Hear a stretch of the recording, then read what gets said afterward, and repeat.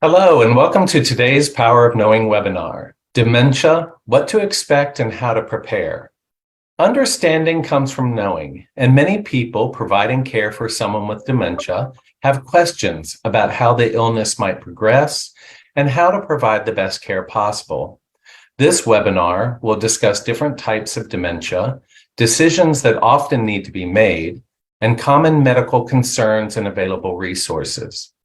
Power of Knowing is a free webinar series created by AuthoriCare Collective, which empowers people to be active participants in their care journey, enabling them to live on their own terms through personalized support for mind, body, and spirit. To get us started, please welcome our moderator, Risa Hanow. Risa serves as clinical and community educator at AuthoriCare Collective and is also a member of the Cone Health Ethics Committee. She is a licensed clinical social worker. Risa, I turn it over to you. Thank you, Paul. It is my pleasure to welcome our panelists today, Dr. Tiffany Reed. Dr. Reed completed her undergraduate, medical school, and residency back home in Pennsylvania before moving to North Carolina to pursue her clinician educator geriatrics fellowship at Duke University.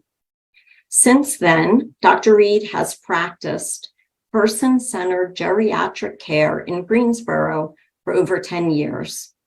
Dr. Reed served as a certified medical director of Wellspring Retirement Community, as well as several other local skilled nursing facilities during that time. Currently, Dr. Reed is our medical director of chronic disease management and palliative care here at AuthoriCare Collective. Welcome, Dr. Reed. Thank you, Risa. We also would love to know some about our participants joining us today. So we have two polling questions. These are anonymous, so feel free to respond. The first one is multiple choice. Select all that apply to you to give us a sense of who is joining us and the different roles that we all fill. And then the second one is a yes and no question, whether you are caring for someone living with dementia. We know that so many people are impacted, and we would like to know a little bit about who is currently serving as a caregiver, and appreciate you taking a moment to respond to those polling questions. It's a way for us to get to know a little bit while still being in this virtual space. So we can go ahead and look at our results. Not surprisingly, we have a large number of caregivers and also advocates, so important, and a number of healthcare professionals, human service professionals, and also spiritual guides. And we have over 50% that are currently caring for someone living with dementia. So thank you so much for participating in that poll, but more importantly, for joining us today. I think, Dr. Reed, maybe the best place for us to start is we hear the term dementia, but don't always know exactly what it is. We often hear about Alzheimer's disease, but there are many different types of dementia. So can you tell us what is dementia in general, and then tell us about some of the different types of dementia that someone might be diagnosed with? Certainly. So dementia is the impaired ability to remember, think, and make decisions. And not only is it that, but it also interferes with daily activities. So, and that's what makes it different from what we think of as mild cognitive impairment, which can occur in the normal aging process. And as you mentioned, there are several types of dementia as well. And Alzheimer's disease is the most common type that we see. And it's actually the 7th leading cause of death in the country as well now. And Alzheimer's disease is a gradually progressive type of dementia that, over 5 to 10 years, we see a decline. In comparison, vascular dementia is more of a stepwise progression of a disease, and it tends to occur in an individual who's had multiple different strokes in the brain, or circulatory problems in the brain that are impacting the ability for those parts of the brain to work properly. And it's the second most common type that we see.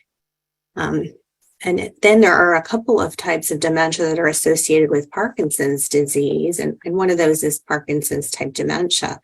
And it actually tends to come on late in the process of Parkinson's disease, and it can be associated with hallucinations. And oftentimes folks are very much aware of their cognitive changes as compared to some of the other types of dementia. And the other type that's associated with Parkinson's disease is Lewy body dementia, and that tends to happen earlier in the Parkinson's process, and has quite a bit of hallucinations, sometimes agitation, and there are more problems with falling and ability to ambulate early in the process. We've got frontotemporal dementia, which leads to some disinhibition and changes in personality as compared with some of the other types. And then there are numerous other kinds of dementia that we might run into that could be related to other neurologic diseases or infections. So you have really given us a good starting point for our conversation, and some people are already sending questions, so I want to bring attention for everyone to that Q&A box, and please feel free to utilize that, and we'll try to answer as many of the questions as we can. But there's one question that fits with what we were going to talk about next, which is when you say, you were mentioning progression, and you mentioned like a stepwise progression, maybe with dementia, or different dementias progress differently. Mm-hmm. So if you could talk about maybe some of the differences in that progression, and how is it that it is, I don't know if the right word is tracked or assessed. How is it that you are able to tell us as a caregiver where somebody is in their disease process? Yes, so in palliative care, and really in general medicine and geriatrics as well, we can follow patients along through the course of their disease. And we have a couple of different scales that we might use that have really helpful key sections to them. So we look at all these different parts of how someone's functioning, whether it's from their ability to ambulate, their ability to perform daily activities, as well as how well they're eating, for example. So we use in palliative care the Palliative Performance Scale, or PPS, and that can be used for all kinds of chronic diseases, not only for dementia. And we look at the percentage on this, and as someone develops more difficulties doing their own care, this number decreases over time, and we can follow along and determine if someone actually might meet hospice eligibility criteria as well, using this tool. And with Alzheimer's disease, it has a separate staging tool called the Functional Assessment Staging Tool, or FAST. And this is available on the Alzheimer's Association website if you were interested to look at that too. And it talks on there, again, about activities of daily living, ambulating, ability to make it to the bathroom in time, how many words someone's speaking, how much they're eating. And, when we reach around the 7C level, that's when folks are really dependent on someone else to help them do their own care. They may not be able to ambulate at all and spend much of their day in the bed. They can be incontinent, speak only a few words, and their intake is typically diminished. And that's when we say, oh, well, maybe we should consider a hospice evaluation if the family and patient were ready for that. Okay. So somebody asked a clarifying question, and this might be a good time to do it. You mentioned Parkinson's disease and Lewy body, and that there are some similarities there. And the question was, is there much difference in care medication therapy? I suppose Parkinson's has other components, not just that dementia feature. Right. So in Parkinson's, of course, you're focusing on managing the tremor with things like Cinemet, and others in that same family of medications. And typically the neurologist is highly involved in managing that. And then in Lewy body disease, the bigger concern is usually the hallucinations and psychosis that you're dealing with. And you've got to be very careful about your selection of medications there too, because they can actually make matters worse for that individual if you choose the wrong medication. Okay, great. Thank you for that. You made mention of palliative care, and maybe as we think about somebody who receives a diagnosis of dementia, hopefully still able to make decisions for themselves, and have support people around them, family by choice. Tell us about some of the decisions that often need to be made and some of the planning. We often think about advanced care planning and how that is important for somebody with a diagnosis, particularly of early dementia, while somebody still can speak for themselves. Yes, so we love when we're involved early in a diagnosis, though we can be part of the care at any point in a person with dementia. But, palliative care really specializes in focusing on symptoms and stress that are associated with a chronic illness. So if we can be involved early and we can help relieve some of that with these advanced care planning documents and decisions, involving the patient themselves, that's the ideal way. So, we like to be able to focus on the quality of life and be sure that a patient's goals are being met. So as you were asking, Risa, so early on, we've got to be able to make decisions about who would decide for us if we could not. So if a patient may not, for long term, be able to decide on their own about some healthcare decisions, for example, like there could be situations where they would not want their life prolonged. For example, a vegetative state or being in a coma. And of course, and relevant to this talk, advanced dementia, or another terminal illness like a cancer, for example. So we have documents in North Carolina. The Living Will and Healthcare Power of Attorney document can be all in one, and a patient can complete that if they have that decision-making ability early in the disease, along with their family members, and determine, who would decide for me, who's really the best person for this, and who understands how I feel about this.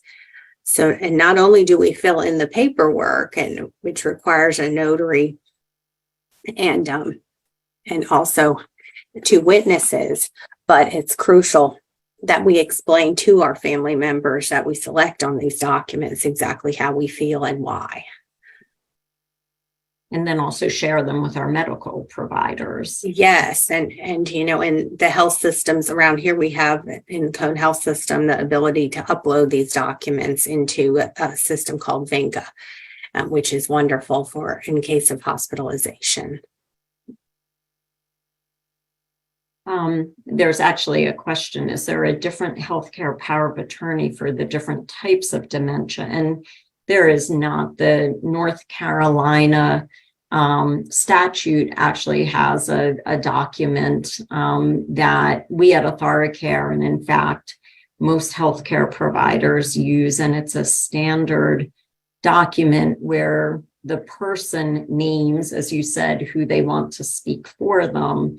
But I think that key to emphasize is that only the person with the dementia can do it for themselves, which is why it's important to do it very early. Mm-hmm. We should all do it now, quite frankly. So there is one standard North Carolina document, but What are some of the other decisions? I mean, certainly somebody speaking on my behalf, if I might want what we think of as life prolonging, we know that somebody with dementia might have other illnesses, not just dementia, but I'm thinking about things, what are common, if I would want to go back to the hospital, I'm thinking about feeding tubes. What are some of the common things that we need to think about? Yes, so those couple are certainly on there, and there's another form too that addresses some of this too. That's actually a physician's order form that we can fill in called the medical orders for scope of treatment,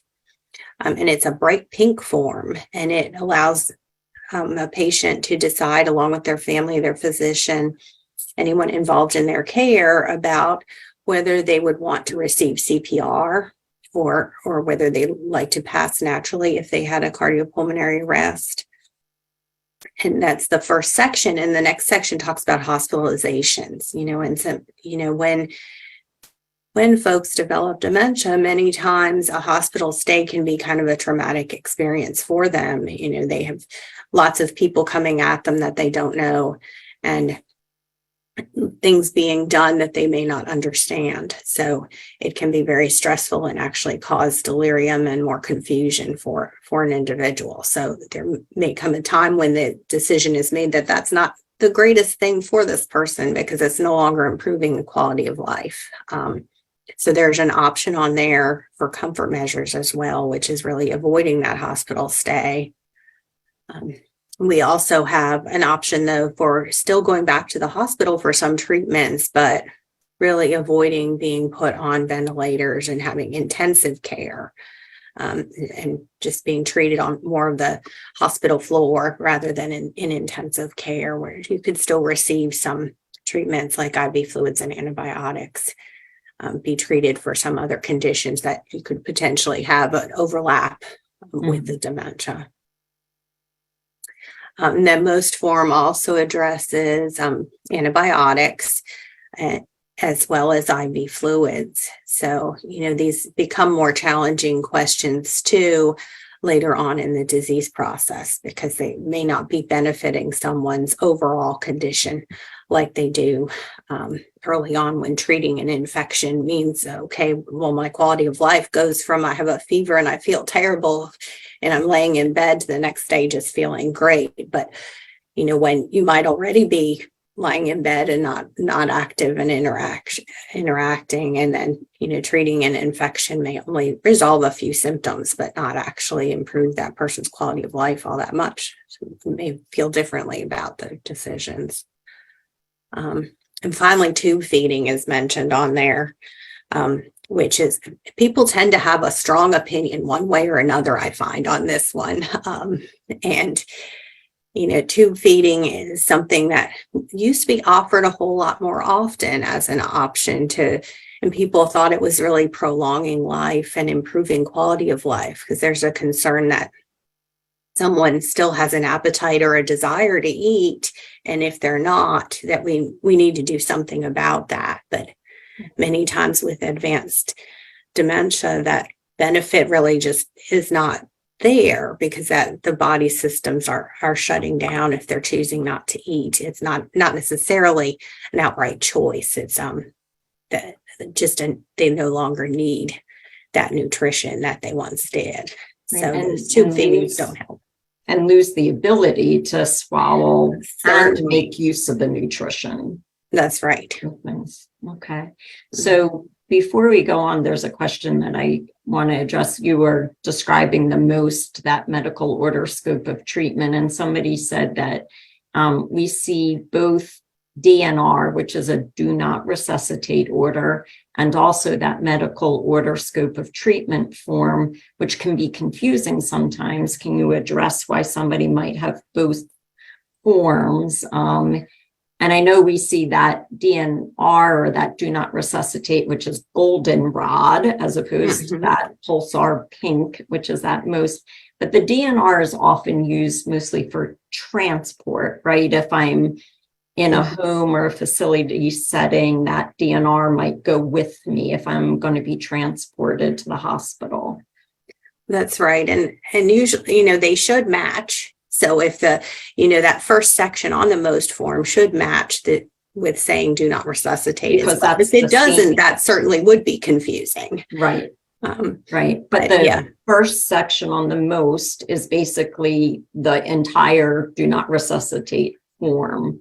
So sometimes people have both because the DNR might be on the refrigerator if EMS is called, or in a facility, it's easy, or just have that one standalone. And then the most gives that additional information you were talking about with the different choices. And the most can be revised over time, which is an advantage of having a palliative care provider involved. We can come back and revisit what we've written on there as things change over time.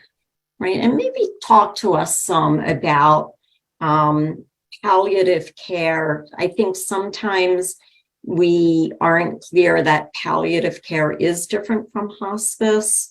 And so maybe talk about palliative care in the setting of a dementia patient and when it is appropriate. You said pretty early on, and what exactly having palliative care can benefit for that, for not only the patient, but also for the caregivers of those people living with dementia. Mm-hmm.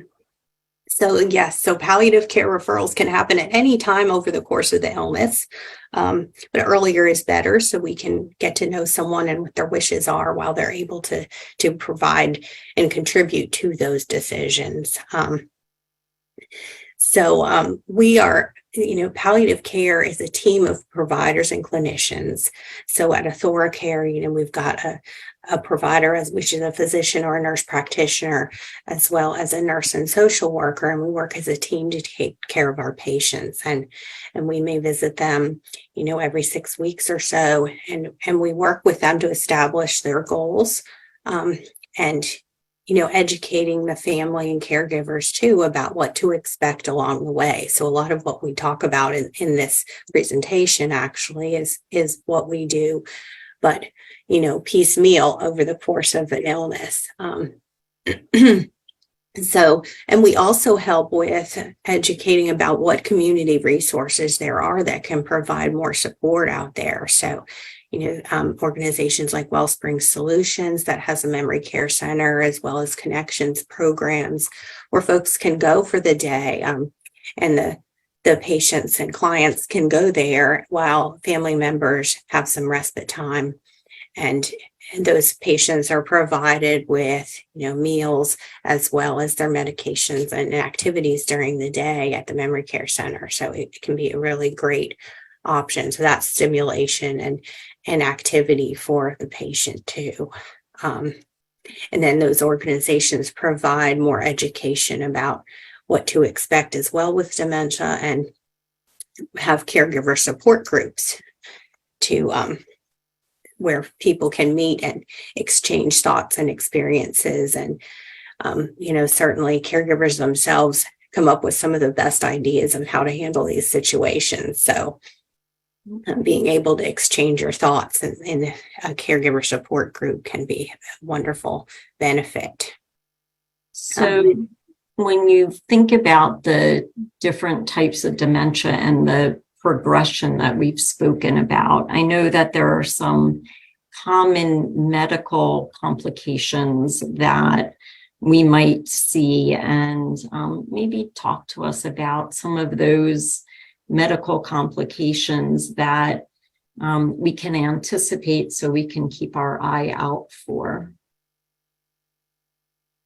Yes, so delirium is probably one of the most common things we see in dementias. So, and what delirium is an acute change in mental status, and it can alternate it throughout the day, wax and wane, and it can be very hyperactive or hypoactive. So most people are familiar with hyperactive delirium, wherein a patient gets very agitated and starts pulling out their IVs, or is yelling out and screaming, might fall because they're so upset and unaware of their surroundings. All of these folks also have trouble concentrating and really responding to your questions when you're interacting with them, which is a huge way to distinguish it from their day-to-day behaviors. So, but we also have hypoactive delirium, and that's when folks are very sleepy, minimally responsive, and just not themselves. And some folks will actually have periods of either one of these amid their delirium or mental status change.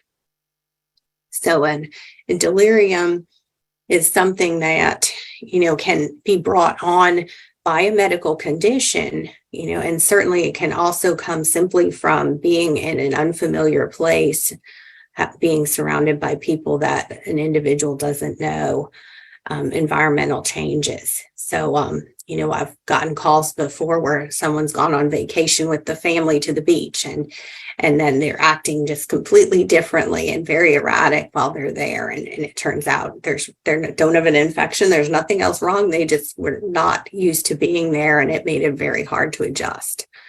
But in the majority of cases, delirium is in the context of an infection, for example, and most people think of urinary tract infections, and that's certainly very common. But we can have electrolyte problems or dehydration that can cause a delirium. The exacerbations of other health conditions like heart failure, even constipation sometimes could cause a patient with dementia to become delirious. And another popular and well-known time is amid surgery or pre or post, mostly post-op, from anesthesia exposures and new medications and changes. So, and what do we do about it? So we've got to do our best to keep somebody oriented and aware of their surroundings, and try to do as little to them as possible, and really be careful which medications we're choosing as well, because the narcotics and sedatives can make matters worse rather than better in many cases. So delirium is really a huge one. And then I had started talking about urinary tract infection a little bit, and that's of course very common in folks with dementia and in really many older adults overall. And reasons being, as we age, there are changes in the anatomy as well as the ability of the bladder to empty properly. But then when we've got dementia as well, folks can really not be following proper hygiene. So they might not be wiping the right direction. We might not be changing pads and incontinence wear properly, or just simply not bathing like they should be. So an immobility certainly doesn't help these matters either. So encouraging the patients to really drink well, follow good hygiene, these things can help to prevent the urinary tract infections as best we can. So other infections as well can develop.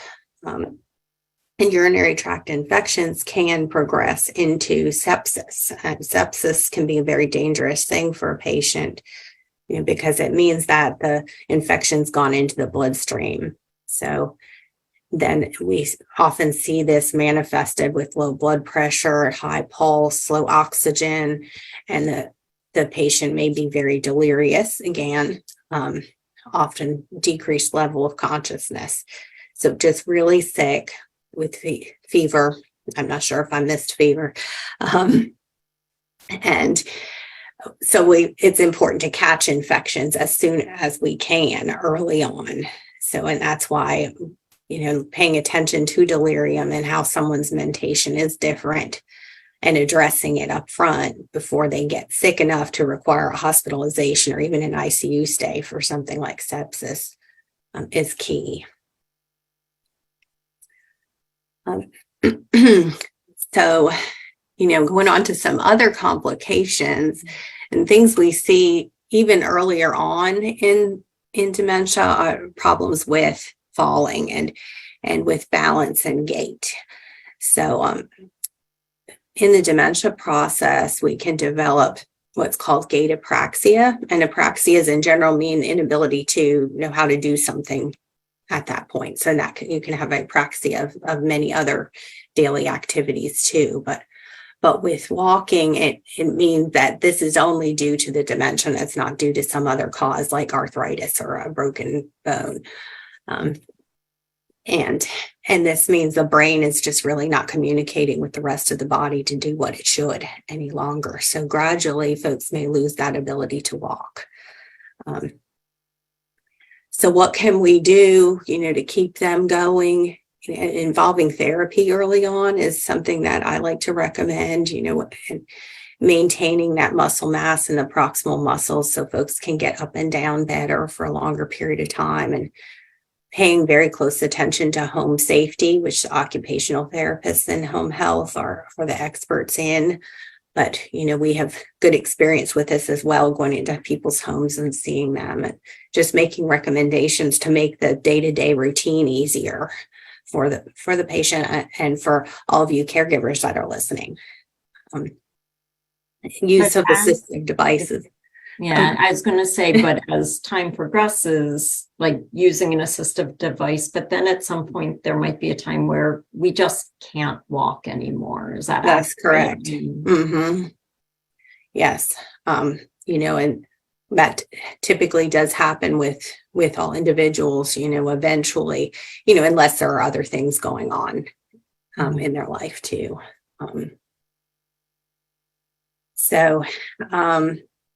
Otherwise, weight loss and malnutrition can be an issue too. So, early on, people may not remember if they've eaten or drunk before. So being sure to keep an eye on, if a patient is still living in their home by themselves and just having visits from their caregiver at this point, because they're pretty independent, it's important to be checking that fridge and making sure that food is going away that's being brought, or things that are being made or eaten, because that can be a problem. And then in later stages, of course, we lose that desire to eat and the ability to eat. Like Risa mentioned earlier, the ability to chew and swallow, and just that normal process, it's just not working like it was. And then we have weight loss that goes with that. So, and as we lose weight, how we intervene there, we recommend increasing frequent small meals, having lots of little snacks, and focusing more on what the patient likes to eat rather than just, being so very strict about some of the cardiac diets and things like that. Say, if they like their cookies, give them their cookies, so. And then we recommend supplement shakes as well to some people who are really struggling with weight loss. But this can wind up being a fairly normal process as the dementia progresses, and we have limited ability to intervene on this just because it is part of the disease. And along with, not really taking in a lot of food, we also get dehydration often because that thirst mechanism is not there like it once was for many folks even with age, not even with dementia. This can happen, and people don't want to drink water like they did. And so we recommend, 6 to 8 8-ounce glasses, unless, of course, you've got a restriction for another reason in your health, to try to keep going and stay hydrated. Which leads into constipation, a very, very frequent problem for older adults, and then especially as patients become less mobile. So, when you're really not moving around and you're not able to eat the diet you once did that might have had more fiber and fruit and vegetables in it, certainly things start getting stopped up. So it's about hydration, and sometimes drinking that water just isn't going to happen. And we have to look at other things like juicy fruits, soups, those type of things to get that liquid into somebody. and keep their bowels moving. Right. Popsicles in the summer, anything Yes. with fluid and Mhm. so I've been looking at the questions that we've been getting, and I know that there are as we move into a more advanced stage of dementia, but there were some questions I thought maybe we could talk about because they're about behaviors, maybe when somebody is at the stage that we've been talking about.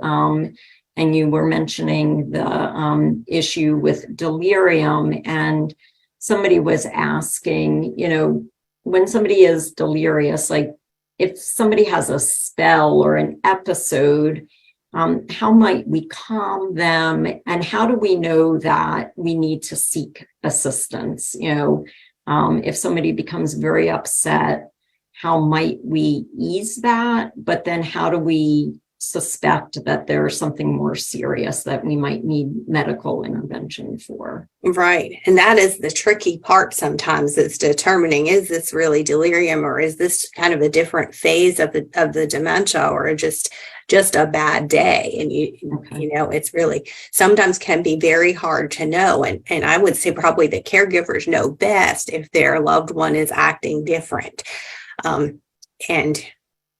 But sometimes you will have other things wrong that can be signs, whether that's a fever, whether that's, a change in intake as well, could be a sign. Some sort of discomfort or grimacing could indicate that there's an infection somewhere going on too. Change in urine output, or bowels, difficulty moving the bowels. Those are things to check into to see, are these the reasons? And they're a little bit simpler things to figure out that, could this be why they're acting different? How to calm them is also hard. But a lot of times it's, trying to redirect, but you also don't want to argue with somebody too, who's very upset like that, kind of going with the flow. Sometimes it's, I want to leave, I'm going somewhere, and sometimes just taking them for a ride and bringing them back might solve that problem. So, and Teepa Snow is an occupational therapist, and she's one of my favorites to refer people to online. She's got a Facebook page, and she has some other books and resources where she talks about specific situations that you might encounter with behaviors, and even during care, with giving baths and brushing teeth, that can be especially challenging situations. So I like to point people in her direction, and that's Teepa Snow, TEEPA SNOW. Right. Thank you. And thinking about those behaviors, we had another question about somebody with dementia who counts things obsessively, lamps, bed rails. Is it helpful to try to distract that person, or really let that person do that behavior if that's kind of where they are in the moment? So sometimes distraction will work and cause them to stop doing what they're doing. And if that's becoming bothersome or frustrating to the others involved too. But if redirection you find just does not work, then it may be easiest to allow them just to go about that process if it's not harming them or harming anybody involved. Mm-hmm. I remember a person I had the pleasure of working with would fold and unfold washcloths for hours during the day. And somehow that was soothing. I think the caregivers, we often found it difficult, but there is a disconnect. I think sometimes it is so difficult to be a caregiver and to know and I think part of it is that there isn't a right answer. Right. And as we talk about the advanced dementia, some of these things that we are going to talk about with pressure sores and different things like that for caregivers to know that this is part of the process and not related to anything they are doing or not doing as well as possible. Right. That is crucial, because people can get to feel very guilty, with things happening with their loved one that are part of the disease. So, there are, within a certain range, we can help try to prevent some of this, but it is part of the disease. So, in talking about advanced stages of dementia, something very common and very difficult to manage is dysphagia with aspiration. So this is, we're talking about problems swallowing now, which may develop. So in the majority of cases, this is a problem getting food from the mouth down into the pharynx. So, and that has to do with, sometimes holding in the mouth, just not chewing. Things are not able to go down. So we've got to make modifications to what we're eating, how we go about it. So in some cases, studies can be done on this to see what exactly is going on. But, depending on where we are, that's not something that's going to be a well-tolerated study. So we may need to just make some changes and tweaks to what we're doing and see how it goes. And that may mean after taking a couple of bites, you've got to take a sip of water to swallow. It might mean tucking the chin to swallow things down. Going from, solid foods to a chopped diet, or maybe even a pureed diet. And that sometimes is a challenge to find things then that people actually like to eat that are pureed, because it looks like a pile of tan stuff, a pile of brown stuff, and a pile of green stuff. And I'll never forget a patient that I had who was very, very upset about receiving these piles of different colored food, and he just wanted no part of it. And that's a conversation too that we will have with families about, making that decision. Do we want to just take the risk of trying to swallow things we actually like versus, going to the puree that they're just not going to swallow. So, then that's a difficult decision to make for patients and their families. And of course, the reason this is so dangerous is it can lead to episodes of pneumonia that can progress into more sickness and sepsis for some folks. And we can only prevent it to an extent.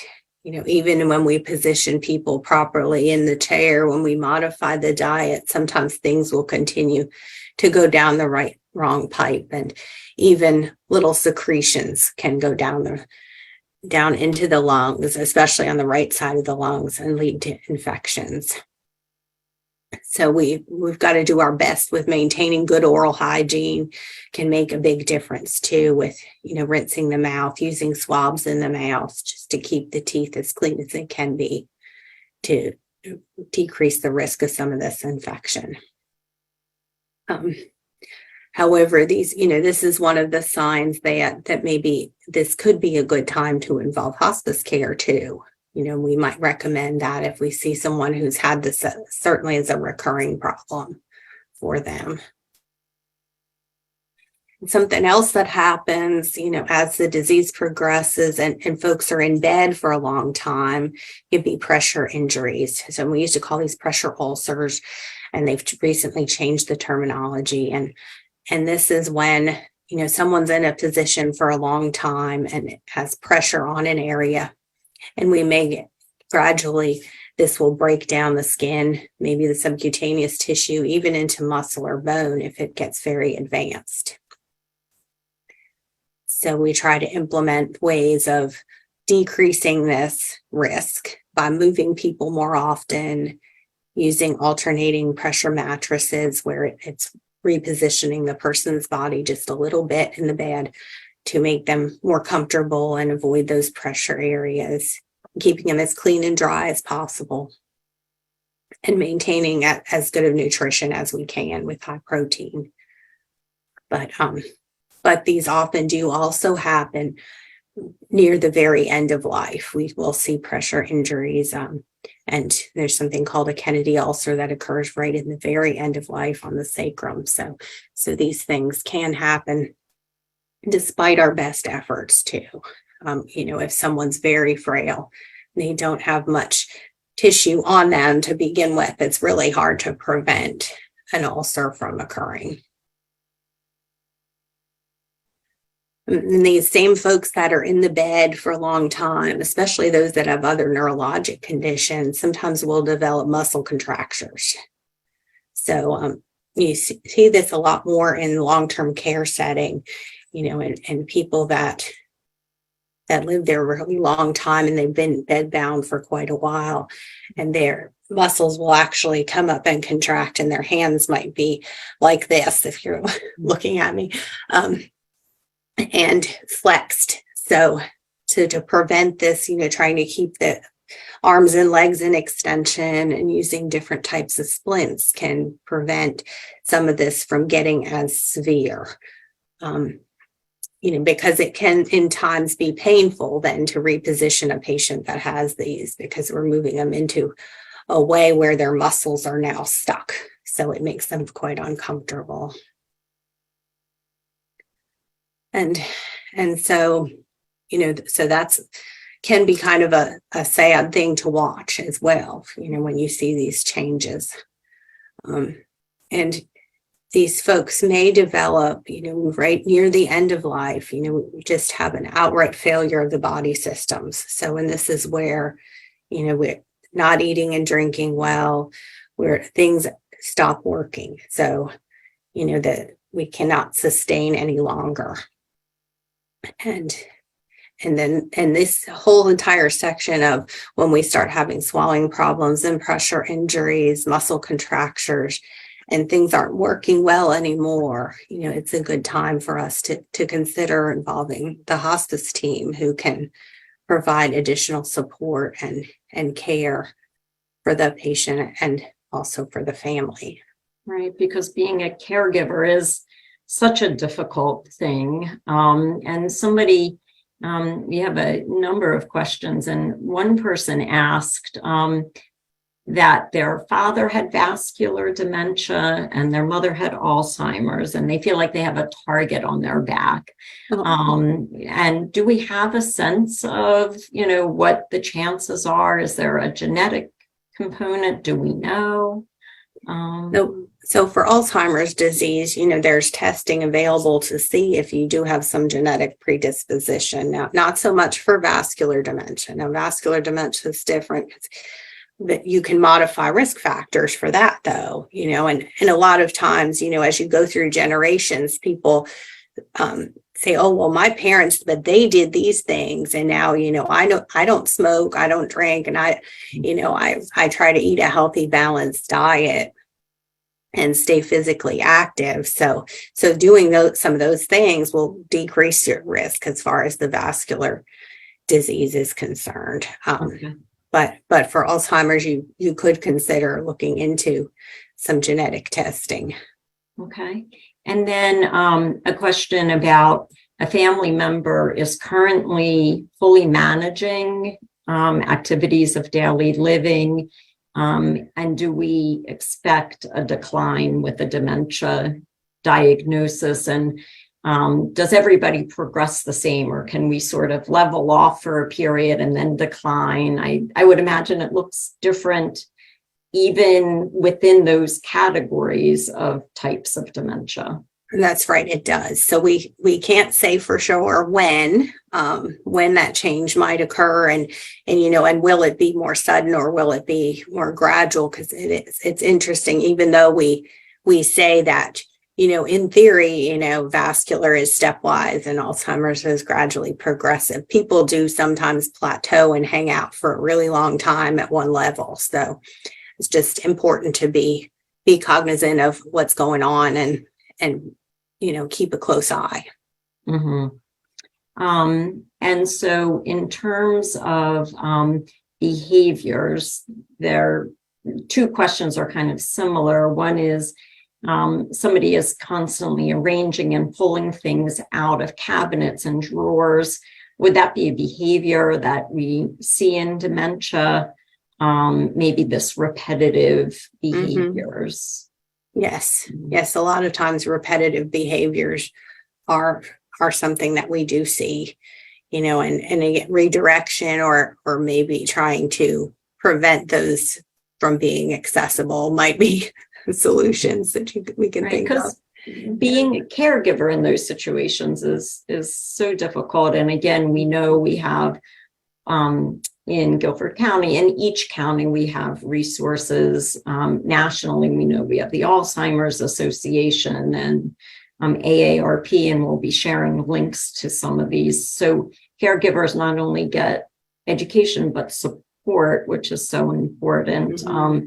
Another question was related to a lot of complaining and criticisms, somebody who is constantly criticizing, or we see personality changes in dementia often. Is that accurate to say? It is, yes. So yeah, maybe the shyest, quietest person that would have never complained before now may be complaining about everything. So that, unfortunately, that can happen. We can also have the reverse. So, you just, it's hard to know. Yeah, but likely it's related.